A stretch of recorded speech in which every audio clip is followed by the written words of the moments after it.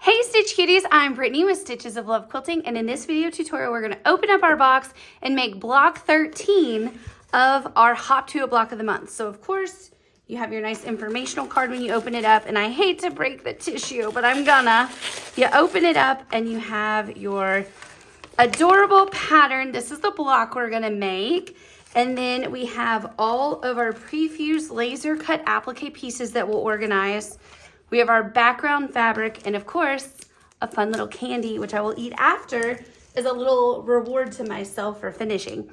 So what you're gonna wanna do is start by reading through your pattern. Now, for those of you who have been doing the embroidery machine this entire time, you're gonna use your sewing machine this time. So make sure you read through all the instructions. So we are going to, of course, we went through what's in our box. We're going to iron our background fabric and set it aside.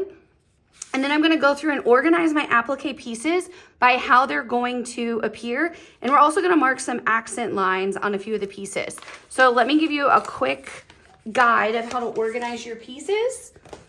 And then let me show you how your placement guide works. It's stapled together so that we can make sure you get all your pieces. So just simply remove that staple from everything. And then to get your full-size placement guide, you'll simply tape your pages together. It's very easy. Let me show you. So we're gonna open that up and lay it flat. You can see in the corner, you have your trim line and your seam line marked. When you go to actually trim it though, of course, use a ruler and make sure you're accurate in trimming to exactly 17.5. But all you do to get this together is tape them where the lines overlap. It's as easy as that. So where it overlaps, grab your tape, and we're gonna simply tape. I try not to put tape where I'm gonna iron, but if you do, it doesn't matter. You're only gonna iron for a second over your placement guide. And then we have a little bit more of the flowers that we wanna see. So we will line this up. There we go. Make sure that's straight. Easy peasy. See, we just wanted a little bit more of that flower to show. So that's why we're putting this piece here. And there's actually a fourth piece of paper to give you that full corner. I'm not gonna bother taping that there because the only thing that you're gonna get from that is that corner, and you only need that when you're trimming. So here is my placement guide. And then I'm gonna set that aside because it's ready to use. What I'm gonna do now is identify all of my pre-fused laser cut applique pieces. So you simply open up your bag and pull all of these pieces out. So up first, we know that we have, these are reversed by the way, so you're gonna put the fabric down and the white part up so you can write on it. It's easy to identify the pieces. This one right here is piece number, well the number's on the next page. This is our grass. And then you'll just go through with all of your pieces and identify them where they go. Some of them you'll just have to snip free, and you're gonna number them, okay? So we'll all take a quick pause and do that together. Get your pieces free, get all your numbers written on it, and then we'll come back with them organized into cute little piles. A trick that I have when they're a bunch of pieces like this, the same way that it comes to you lasered, lines up exactly over your placement guide like so. So it's very easy to number this, right? So they're in the exact order. So little trick for you when you're numbering. And then in just 1 second, we'll have all our pieces organized and we'll be back to start building our units. Okay, so I have all my applique pieces numbered, and I'm gonna show you how to do your accent lines and then how to organize your pieces into the piles to build the units. So on step 5, it says that we need to mark our accent lines on 26 through 31. So if you look at what that is, what we're going to be marking are the accent lines on your 3 leaves, 26, 27, 28, and then the little swirly lines on 29, 30, and 31. That way, once this is ironed on your background fabric and you're sewing, it'll be really easy to do your little swirls and your accent lines, so you don't have to freehand that with your machine. So first up, we'll take piece number 26, and your numbers are on your paper backing, right, of your pieces. We are going to mark these accent lines on the front of our piece, of course, because that's where you're going to be sewing. So I simply put piece number 26, and then I'm going to take a sew line chalk pencil. You don't want to use your friction pin at this step because we're going to iron these pieces still, right? So if you mark your line with your friction pin, it's going to disappear. So use your chalk pencil. And it's probably hard for you to see through my placement guide on the screen, but I have my light pad on, and then I have my glass mat, and I can see my lines. So you'll be able to see your lines as well. So I marked number 26. Now we'll take number 27, put that right in place. And again, we're just marking the accent lines lightly with our sew line chalk pencil. Boop, boop, boop. And try not to peel your backing off because you want your number. I peeled my backing off. That's okay, I know what number it is. I'll keep it together. And then piece number 28, mark our accent line. Whoop. You might need to use 2 fingernails to hold that little guy in place. There we go. And now we're gonna mark our fun little swirlies. So first up is piece number 29. There's a little bitty notch. That's an easy way to get it lined up for you. And then we are going to, let me give myself a little peek, yeah. Make sure I'm seeing the right line. And we're just gonna trace that little swirl. There we go. Now we're gonna do piece number 30. Now this is not a perfect circle. It's like a weird kind of oblong shape. So you are going to put that right in place, and then we're gonna mark our swirl here. And then last but not least, number 31. And again, funny little notch goes right there at the top. There you go, and we'll follow our swirl. Ooh, my line was a little wiggly, but that's okay. I'll fix it with thread. Okay, so now let's talk about organizing these into units. I'll put my chalk pencil away. So now we're gonna go to the next step in our pattern. And let's get our applique units organized. So we have pieces 1 through 3. So what the first few units are gonna be are the little flowers. So I'm gonna take piece number 1, piece number 2, and piece number 3, and this is my applique unit 1. So I know I'm gonna build that unit. Now I'm going to do pieces 4 through 7. So I pick up leaf number 4, 5, 6 is your stem, and then 7 is a flower. So this is just to show you how to organize your applique units, and then we're gonna build them. Now, unit 3 is 8 through 11. So 8, 9, 10, and 11. So you have your flower, your stem, and 2 leaves. Now we'll go on to the next page. Our units are 13 and 14. This is our little carrot. Then we have pieces 15 through 20. So now we're getting into his body. So we have 15, 16, 17, 18 is this cute little flower print. And if you want, I didn't draw an arrow on this piece. It's kind of a funny shape.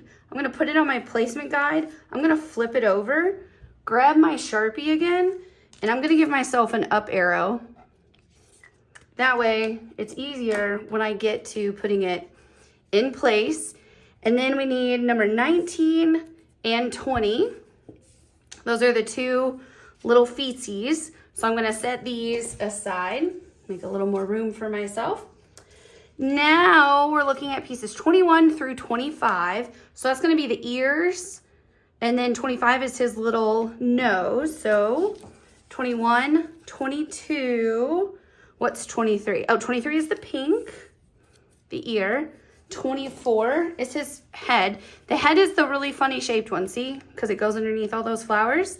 So number 24, and then last but not least, 25, his little nose. So we'll set that aside. And then we're gonna build 26 through 31. So those are some of the pieces we just marked, remember? So 26, 27, 28, and then 29. Sorry, you can't see my hands, can you? Then 29, 30, and 31.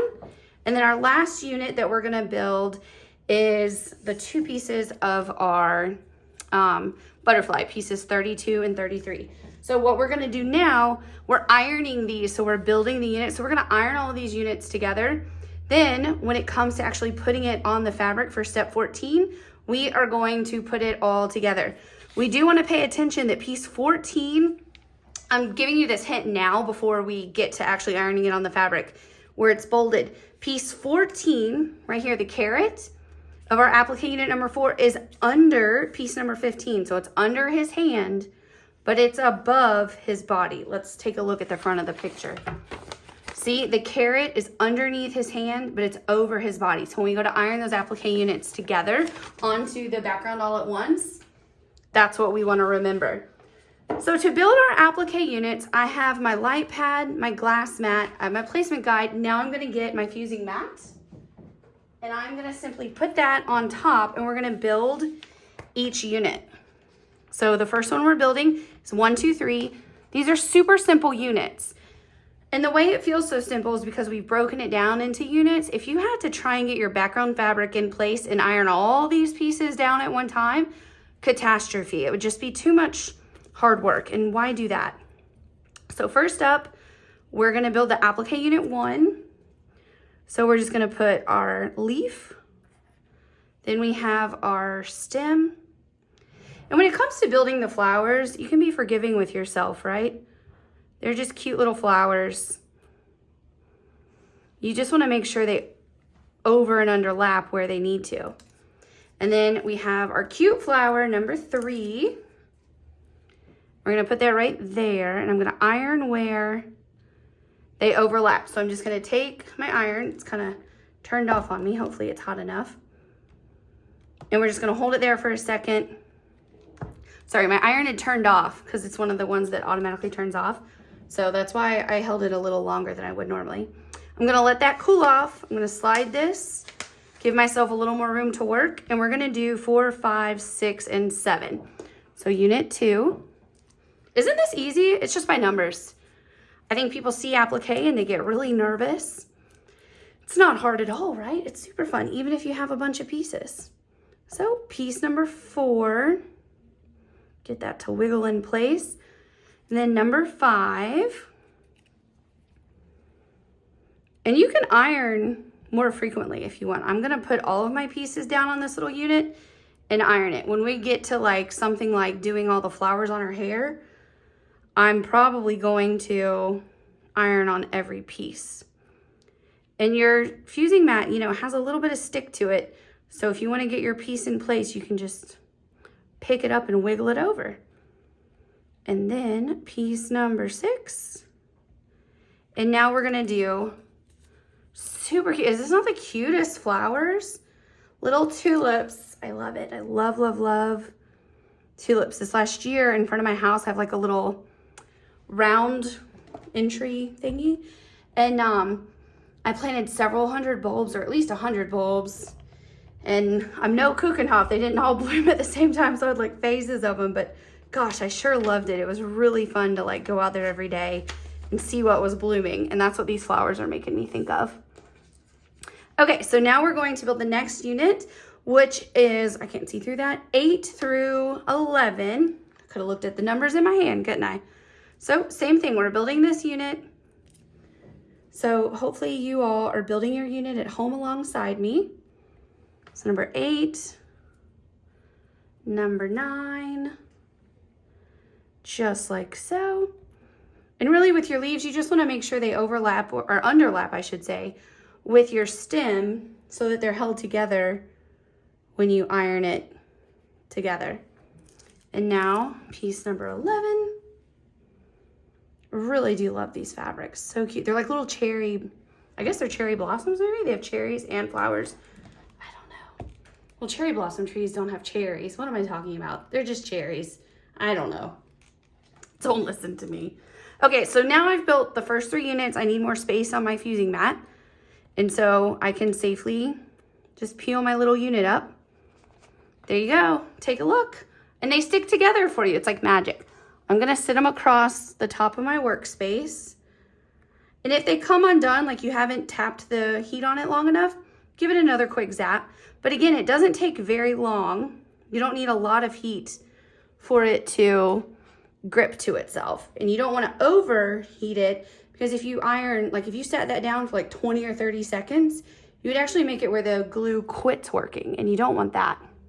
So my little flowers lined up there. Next in our little line is our carrot. Hope my paper doesn't hit my flowers too much.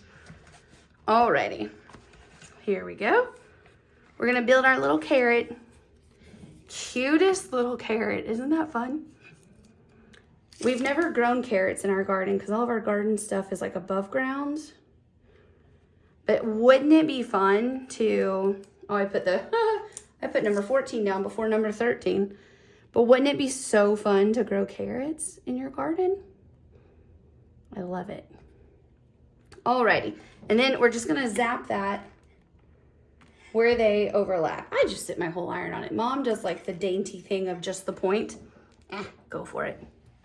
So let that cool for just a second. I have fake nails, so I don't really feel the heat. If you're hot at home and you don't have fake nails, I will say fake nails are a very nice tool for applique. Okay, now we're moving on to the body. So let's take a look at our numbers. We are going to do left arm, right arm, the outside of the body, center tummy, and then her two little feet. So just to give you a heads up what we're doing, I'm gonna grab those pieces. See how easy it is to have these little pieces in a pile? Makes your life really easy.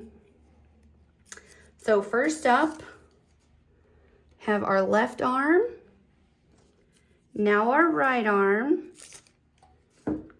And these you do want to be a little more precise than like we were on the flowers and the carrots, because you want to make sure that you're going to be able to overlap and underlap in all the right spots.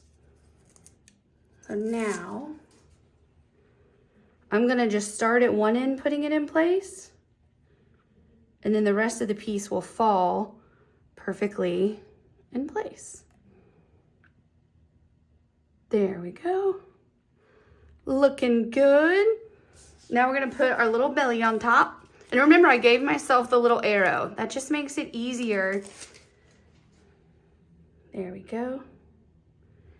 And again, you'll be able, like through the camera, you probably can't see all of my handiwork, my lines, but on yours, you'll be able to. So I've gone on and given that a press because I don't want to wiggle it while I'm putting the feet on. So now we just put number 19 and number 20. Oh my gosh, he's so cute. He, she, the bunny, so cute.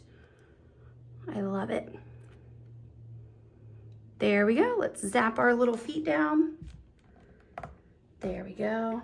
And our other little footsie. So cute. Do you guys have any bunnies? My niece in the Netherlands has 2 bunnies. Oh my gosh, what are their names? Cloud and, oh, I can't remember the other bunny's name. They were so cute to watch. We got to see them playing around in their like cool little cage land. It's a huge cage, really. But it was fun. The little bunnies were adorable. Okay, so now we're gonna build out our bunny face and ears. So I'm gonna move my placement guide. And so let's take a look at the numbers for you. We have number 21, so our right ear. Then we're gonna do our left ear, then our face and our little nose. So cute. And her little bunnies, they really do that little nose wiggle. Also made me think, did you guys used to watch the Bewitched show? Like the old school one? Probably did. It was a great show. I used to love watching that show when I was a kid. It was on Nick at Night, just to give you an idea. I wasn't there when it was like originally on, but I was there when it was on Nick at Night. I wonder if it's still on. It's such a fun, like wholesome show. I've now turned in, you know, the nosy neighbor, what was her name? Mrs. Kravitz, I think. I've turned into her. I'm like, what is that car doing on my street? Who are they? That's who I've turned into. And then I just want to give a little peek. Make sure I get my ear. Yeah, it goes right to the point. Just checking myself. There we go. So I'm going to give my little ear a zap so he doesn't wiggle.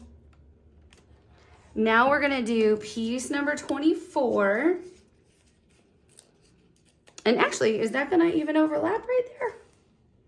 No, so this is gonna kind of be its own little unit part of this, just treat it as part of it, but it doesn't actually under and overlap with the head. So that's why I went on and moved it. See, it doesn't actually touch the ear. So there wouldn't be anything to iron it to.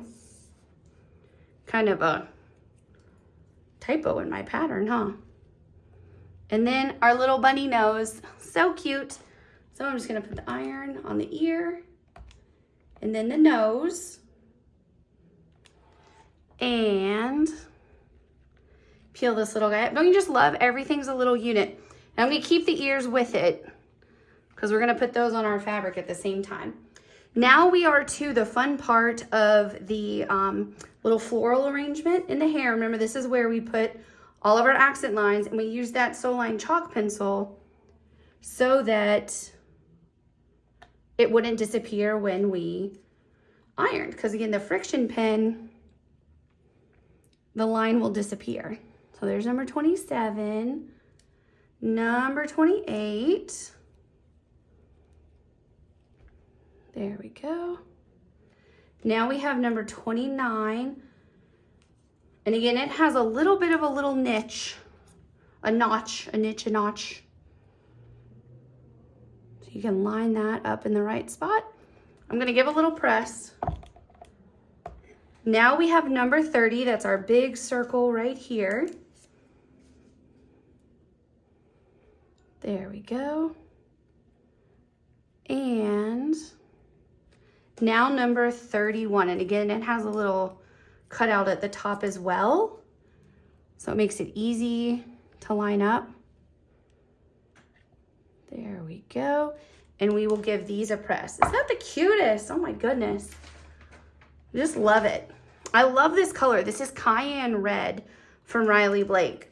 And if it's too hot to touch, by the way, you can just shake your fusing mat for a second. And then, again, my fake nails, man. Best tool in applique. Look at that. That's so pretty. I just had this thought when I was a little girl. I had a Mary Englebright bedroom, and the wall behind my bed, I had a day bed, were little flowers. And obviously they weren't these flowers because they were Mary Englebright flowers, but they kind of remind me of that. That's fun. Just had like a little flashback to that. They were like a really pretty little light pink, and they had like the black around them. You know how her stuff was always like real bold with the black? Okay, so now we are gonna put our butterfly unit together. This one's super easy. It's just 2 pieces. And then the body, just like so. There we go. Wiggle his little body up. Come on, body. There we go. And we're gonna give that a little zap. So now we have all of our applique units built. It's time to get our fabric ready. You will have already pressed yours because it says to in the pattern. I have not though. So I'm gonna get my fabric out real fast and give it a press.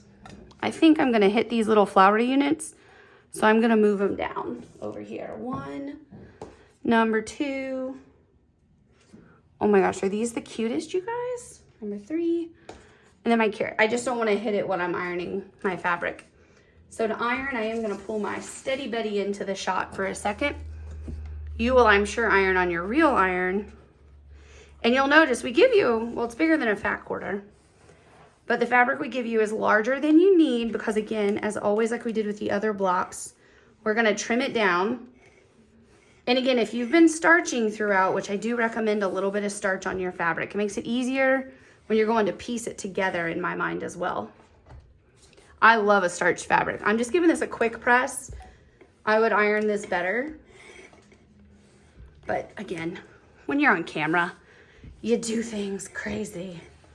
And so all of the salvage that's here, you're gonna cut that off, right? It doesn't matter. So I'm gonna move this out of the way. And now we don't need our fusing mat again. All we need is our placement guide. So we still have our glass mat. We want to keep that here because we're going to be ironing. And this glass mat, the whole purpose of it is to protect your light pad with ironing. So you're simply going to take your background fabric, plop it on top, and all you need to do is make sure that it extends past your trim line on the left and right and the top and bottom. See, so you have several inches you're going to cut off. in terms of the vertical length, and on the side you have an inch or so that you're gonna cut off. Well, I think it's like 2 inches. So I have that ready to go. Now it's time to start putting our pieces in place. Easy as can be, we're gonna do it numerically. So first up, unit 1, and you just use your placement guide to get it in place.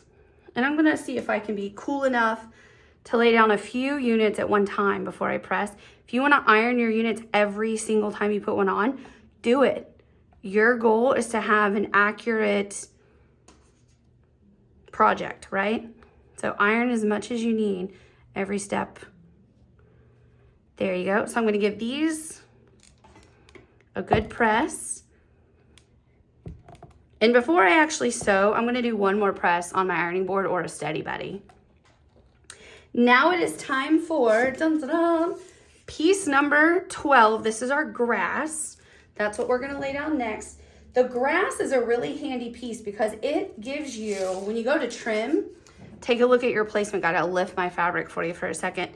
It goes all the way into your seam allowance on the bottom and the left and right side, as high as it is.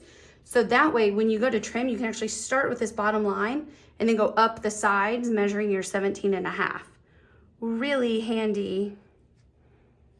And so I'm gonna get it in place all the way across. Just a little. You get straight, little guy. You wanna get it perfectly in place. Like I said, this is a guideline when you go to trim, so you want it to be right. So there we go. And let's pull our fabric and placement guide. There we go. Ironed in place. So now our next unit is our carrot, but remember, let me show you the pattern. We're gonna place applique units.